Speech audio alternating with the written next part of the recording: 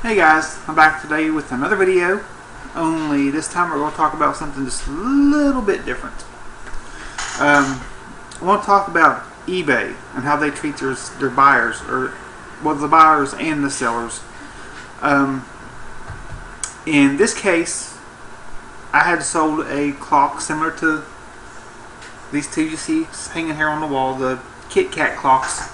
It was an older black one from like the 1950s that had been discontinued. It had been made from, it was made by Allied Clock Company, which was who made these things before California Clock Company took over the business and bought them out. But anyway, I sent this to the guy. He paid $95 for it and $12 shipping. The actual shipping was like 13 something, so he got a discount on shipping. But he writes me back and through eBay and says that the clock has a chip around the neck, which I don't see how that's possible because it was packed really good and it was inside a box, its original box, you know, and it had that piece of cardboard that went over and covered the top of it when you put the box on it. So he tells me it's cracked, and he says he's going to take it to the post office to get the insurance claim because it was insured. And he writes you back that night, says the post office says the person who bought the insurance is the one who has to claim it. So, and of course that's not true because I already spoke to the post office, especially the one, because I'm just like maybe a block from the post office that I live by up here. And instead of going to the post office and getting the form that he needs to fill out for the insurance, because you got to take the item to the post office, they have to inspect it, and then you fill out the form and then they'll reimburse you for the cost of the item. Well, he doesn't want that. He wants to send it back to me, which the auction states no refunds, no returns, nothing, because the items are described as the way they are. This clock didn't have no cracks or breaks in it. The clock kept time. The only thing that was wrong with it was there's a little flywheel on the back of the motor that spins around real fast, and you have to push it with your finger to get it to start up. But after that, it runs fine, and that was also listed in the auction. But this fool says that he thinks it's best for me to have it returned to me, and for me to go back and get the insurance out of it. I'm like, no, that's not the way that insurance works. The whole reason that you've got insurance on it is so that you can take it to the post office and get a refund through the USPS. And then I get a notice Sunday that he escalated to eBay customer support.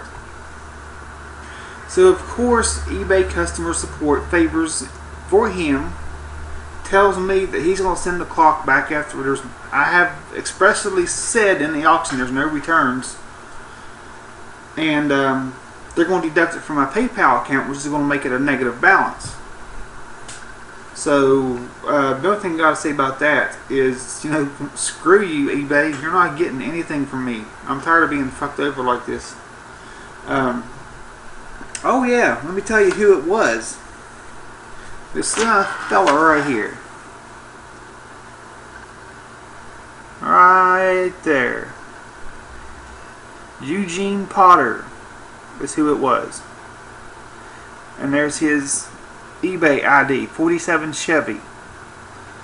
But that's who he was. Eugene Potter. Eugene Potter, 125 Terrace Heights, Holmesdale, PA, 18431. Thank you, buddy. You just caused my PayPal account to get fucked up.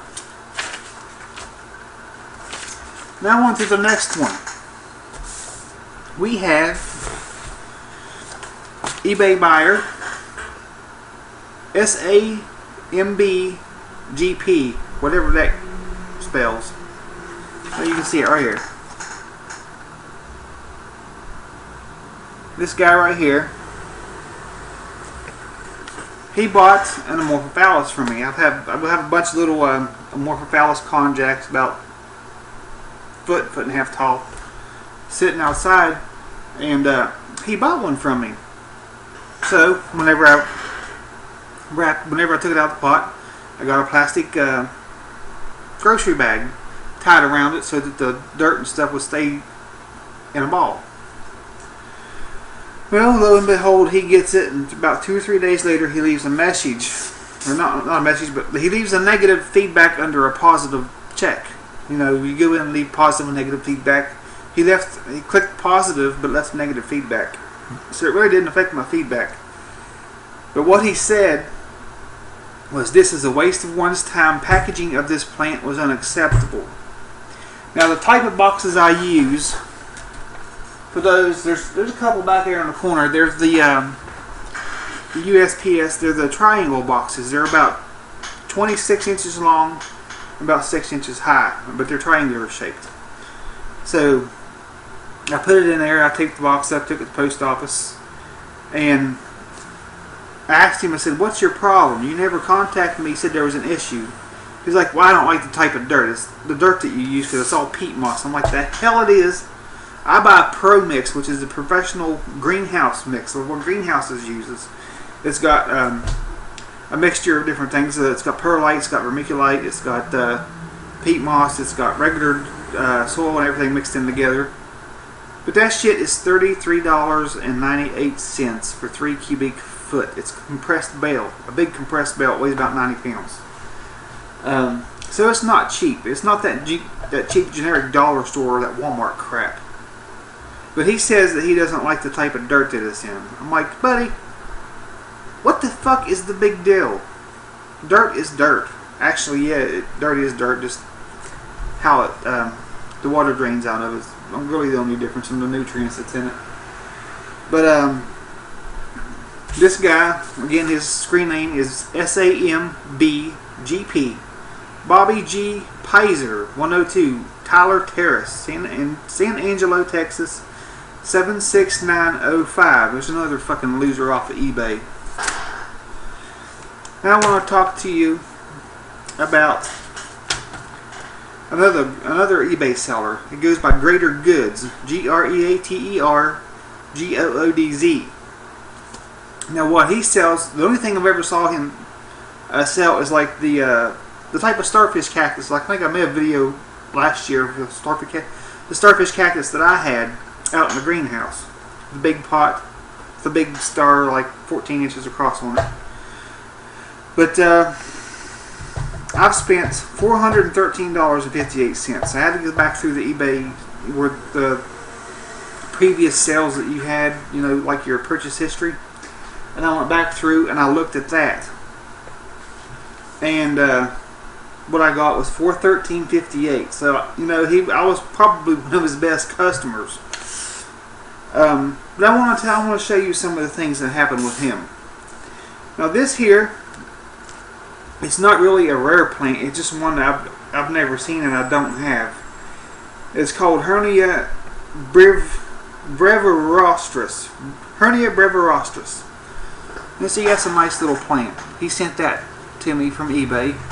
And of course, this is how he does his labels. He puts the name on there and puts the care information on there with it. And it always has the fly there to where my finger is. But you know, that one looks pretty good. I think this one was like 20 or 30 bucks. Of course, at the time I was working at Walmart and I was making the money and I could afford to do this. Now, some of these things went for 50, 60 bucks. But this is a nice plant. This is one he sent me. It was pretty nice. And then here we have one, I believe was about 50 or 60 bucks. It's called albino hernia. It's got a white bloom on it. I can't pronounce the freaking name on it. But you know, you open a box, you pay 50, 60 bucks or 40 bucks for a plant. You expect to get something better than that. This was 2 pieces. It's actually grown these arms here, and it's grown that arm on it. This was just 2 small pieces. Now, whenever you pay 40 or 50 bucks for something, you expect to get something that looks like this, not like this. And it's not really that I matter. It's just that it pisses me off whenever. Well, first of all, in the auctions, he only shows the flowers. He does not show the actual plant that you receive. He just has pictures of the flowers and a slideshow on there. But he never actually shows the blooms, or not the blooms, but the plant. He doesn't show what you actually receive. He just shows the flower to try to get you to buy the plants. Another example is this one right here. This was like just 2 small pieces. This actually grown from here, and this is a new shoot here, and this is the piece. These are the 2 pieces that came here. This is all new growth right here, and then you got a new little sprout coming up right there too. But when you pay $40 or $50 for plants, you expect to get a full size plant, not just 2 little twigs. Like I was showing you in these other plants. You don't expect to get something small like this. You expect it to be big and full, like this one. Now this one here, let me see what the name of it is. Stapelianthus Madagascar or something. Stapelianthus Madagascar or something. I don't know. I can't pronounce it. This one I think was like $60 or $70. And this one really pissed me off. Because as you can, well, don't mind the dog chewed on the name tag on it, but that's what I got. I spent all that money and got this little inch-long piece of whatever it's supposed to be.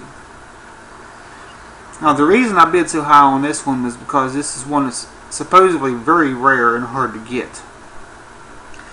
I believe this one actually has a small 1 or 2 inch flower. It's kind of white with black spots and it looks like it's got teeth sticking out of the inside of it. But when you pay a lot of money for a plant, you don't expect to get something like that. There's a lot of times whenever you try to root these things, you might have 1 or 2 pieces die and only 1 live. So, again, this guy's name is Mike Haney. He goes by Greater Goods on eBay. He lives in Freeport, Texas. But this is ridiculous. Why would you send something like this to eBay, from eBay to a customer? Why would you do that? That's crazy. Especially when you pay a lot of money for something like this. You don't even get to see the picture of what you're actually receiving. He never does show the picture of what you're receiving. Which is crazy to me, because if I sell something, I take a picture of the actual merchandise and I list it on eBay. I tell them, I said, this is what you get. This here is exactly what you're going to receive. It's going to be out of the pot, but the plant will be wrapped up, the roots will be wrapped up, and it will be shipped to you with no pot. Or sometimes I go ahead and put the pot in there too. I want to show you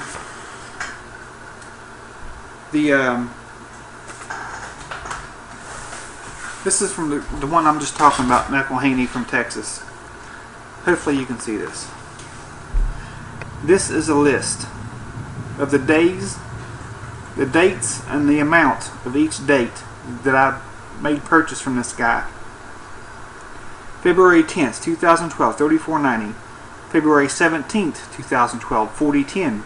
February 28th, 2012, $150, and that was just for I think 3 or 4, maybe 5 plants, maybe 5 of these. Well, it wasn't a big one like this; it was just little ones like this, the small ones. Again, February 28th, 2012, $10.80. April 12th, 2012, $176.28. $176.28. And there's the different plants that he sells. Sepilia, Hernia, Orbea, Caroluma, and Duvalias. They all have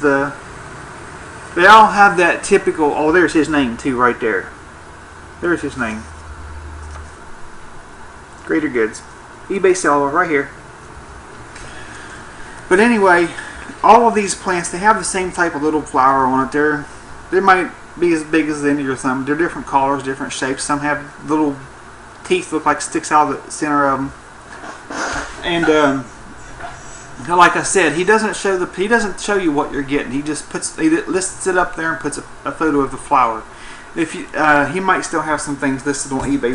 If you get a chance, you can go up there and you can look up the name Greater Goods. Just type in right there, Greater Goods.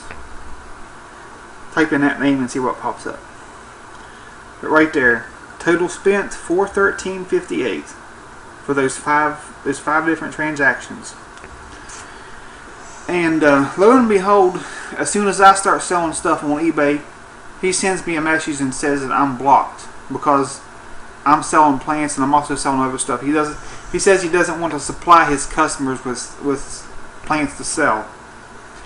First of all, if I want to sell plants that I get from somebody off of eBay, once I pay for that and I receive it, that is none of the seller's business what I do with it. It really isn't. And if I want to buy plants like this to sell from him, first of all, he's making money anyway because he's getting between 30 and 60 bucks just for one of these, or one of these, like this.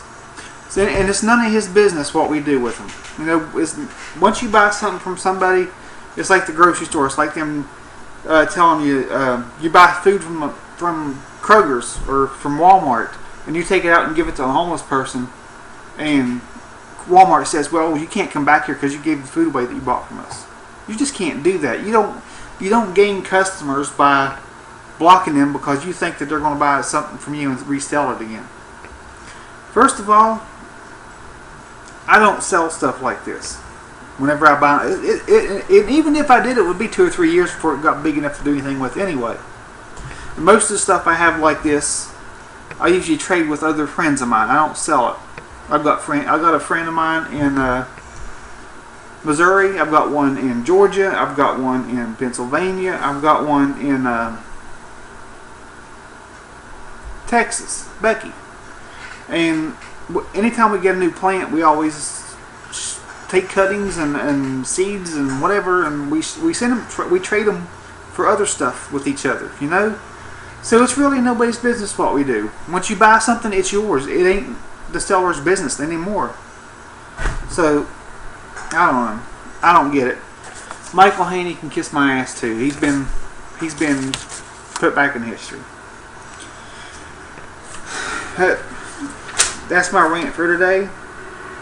Eugene Potter, if you see this, go fuck yourself.